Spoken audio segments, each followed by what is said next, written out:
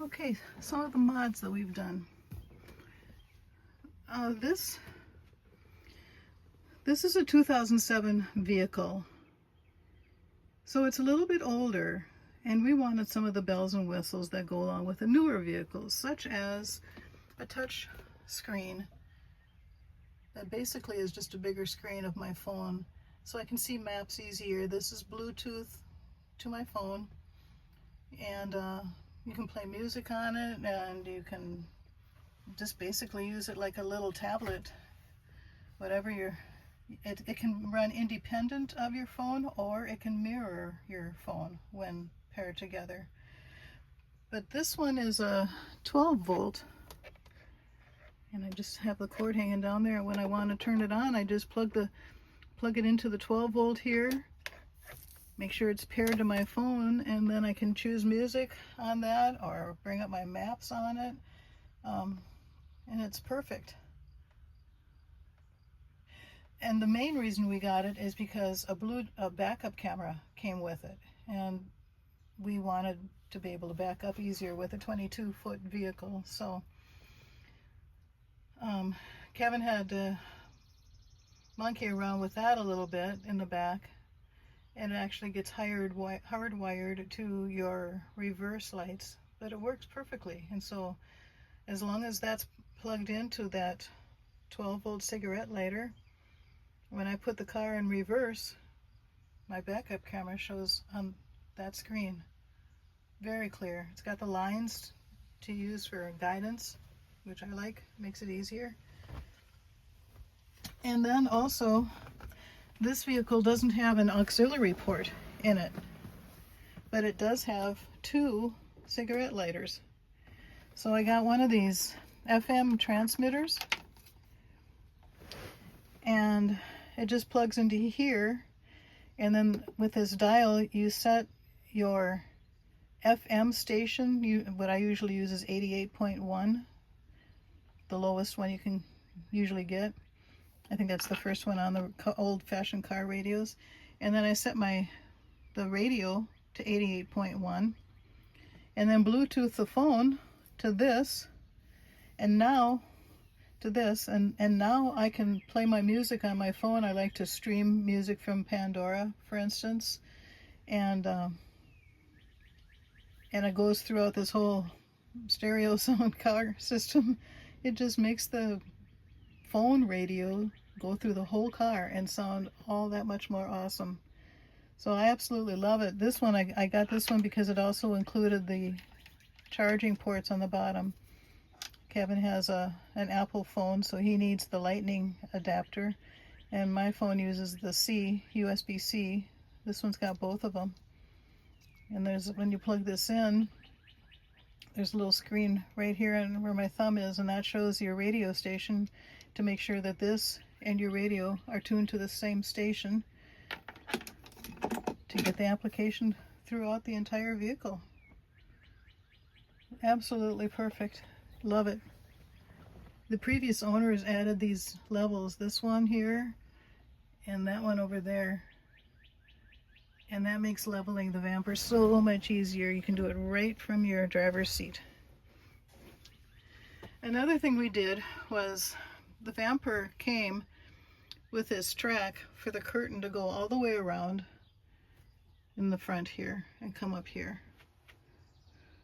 But the problem is it all gathers right by somebody's head, and it was usually Kevin's, and he didn't like that. So I decided just to take it down, and what I use is my system that I used in Miss Sienna instead. It's just a clothes holder, and I just attached my curtains to it, and right now they're in storage mode. Sorry if I'm making you sick. This is hard to do one-handed, but I just unwrap them when I just hook the ends of the clothes rod on the sides of the Vamper here, and then unwind this so that it all hangs down. Let's see here, what have I got? Okay, this needs to go around this side. There. It all hangs down, and mine is three-sided, so that takes care of the front. And then I've got these loose sides that I just pull up here, and then I've got these cubicle clips here, and I just stick it in there, and now I've got the side by the doors done too. These cubicle clips I used in the minivan. They're just wonderful. You can stick them into your headliners or whatever. They've got these pins on the back side and the clips on the bottom, so you can just stick them wherever you need them to go, and then just clip to hold things in place. So this curtain also has the same thing for these two windows over here, and I've got a clip there, and then one back here and one here, and then that closes off this side for privacy. So when I'm done, I just loop these curtains back over the top like this. Get this side.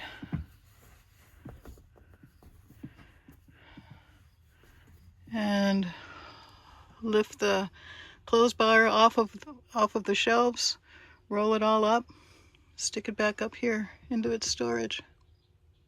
So easy peasy, easier with two hands.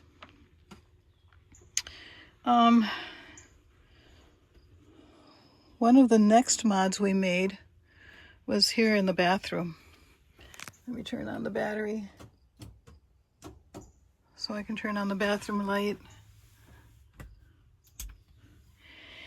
And because our toilet here is a Mod Lily dry flush toilet, which means it's got a bagging system.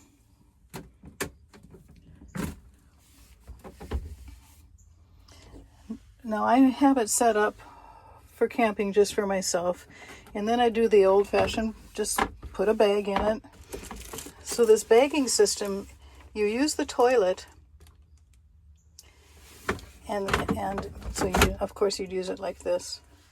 And then when you're done, you come to the back, and there's a power button back there, and you come to the front then, and you push this red button, and what it does is it sucks the bag down, kind of turns it and wraps it around, and then the bag comes out of the bottom, and it kind of vacuum seals it, but then it also heat seals a seam there at the bottom, and it takes a couple of minutes, but when it's done, the bag that's been used drops down onto that tray, and then you just throw it away. But because it's all been sealed on both ends, there is no odor. Now our camper for some reason had this pedestal. The RV toilet sat on this pedestal. So we closed off, sorry about the view, we closed off where the black tank goes, just put one of those caps on it. We also put a plug on the end of where the water supply was. And then Kevin figured out how to build a platform that is three-sided to go around the platform that the old RV toilet sat on. So he used PVC pipe and just made this platform for the toilet. The toilet itself does come with its own legs, and when in transport, the legs would fold up from the bottom and come up over the top and hold it closed, so that it became a smaller package overall. But those legs were on the front side and the back side. And with this platform of the old RV toilet, we couldn't have anything on the back side. So we removed the legs that came with the dry flush toilet, created this PVC pipe platform. It's open on the back end, but it goes around all three sides. And it's as stable as any other toilet as you'd ever sit on. And it just removes the black tank system. I never have to empty black tanks. here is another mod that we made to the camper. We added a new TV because the old one from 2007 didn't even have an HDMI port. But that TV was hooked up to a sound system and DVD player up here in this cabinet. So I left all of that exactly as it is.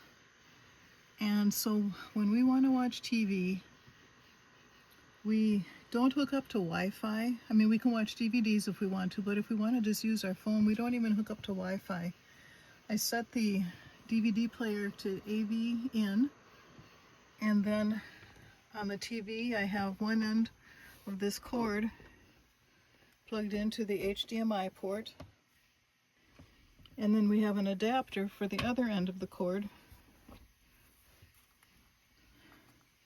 And the adapter looks like this, and you can plug in a USB or the HDMI or a USB-C, and then this end is a USB-C that goes right into my phone. So I will do that and then come right back. Okay, I hooked up the adapter to my phone, turn the TV on, and then I have to go into settings on the TV and go down to inputs. I'm using the remote to do this. HDMI 3 is the one that I have the HDMI cable plugged into. And there now you can see my phone on the TV, on the TV, on the TV, on the TV. So whatever you play on your phone, you can now see on the TV. You're not hooked up to Wi-Fi in case it's a slow Wi-Fi. You are using your data. We have a Verizon plan, so we have unlimited data. I know they still throttle it back, but it's not that bad for the shows that we watch. And here is the last mod that we have for right now. When we don't fill up the water tanks in the RV and just take our water along, I have one of these 3-gallon jugs. I actually have 2 of them in case we want to, go for a longer trip or something, but 3-gallon one usually lasts us plenty long, and you can always refill them. And then I got this pump thing at the top too, just to make it easier to have a spout and don't have to try to tip over 3 gallons at a time. And it's just an easy way to have water along when we're traveling. We put that jug in the bathroom, set it on the bathroom floor, and when we get to our spot where we're staying for the night, then I just put it up here on the counter, and that way the faucet part of the jug can just go into the sink, and I can dump it with the gray water after we get home again. And what we have found then for our water heater is one of these little electric kettles that you can get. It's the collapsible kind. It's just such a handy thing to have in the water. You fill that up to the top and the water gets hot in about 2 minutes tops. And I do this the night before, then I just fill this up with water and get it nice and hot. And then I put it in the thermos. And by the next morning, it's cooled down to just the right temperature for us to use to wash up in the mornings, to do shampoos and sponge baths. And one thermos full is for sure enough for one person. And if we need to have more hot water for a second person or more people, just heat it up in here and then add a little bit of cold water to it until it's the right temperature. It's just so easy peasy. Don't have to be doing any I know it's easy to fill the freshwater tanks, but then you also have to think about sanitizing them, and we don't use the freshwater tanks for brushing our teeth or drinking anyway. We just use it for getting cleaned up in the morning. So if we don't feel like going through the work of filling the freshwater tanks, this is the answer for us. Pretty cool. And I think that's it for trailer mods right now. If we have any more sometime, I'll add them. But I'd love to hear your ideas. What kind of mods have you come up with that are so practical? Makes life easier, gives you more options. It's all about options. Okay, bye.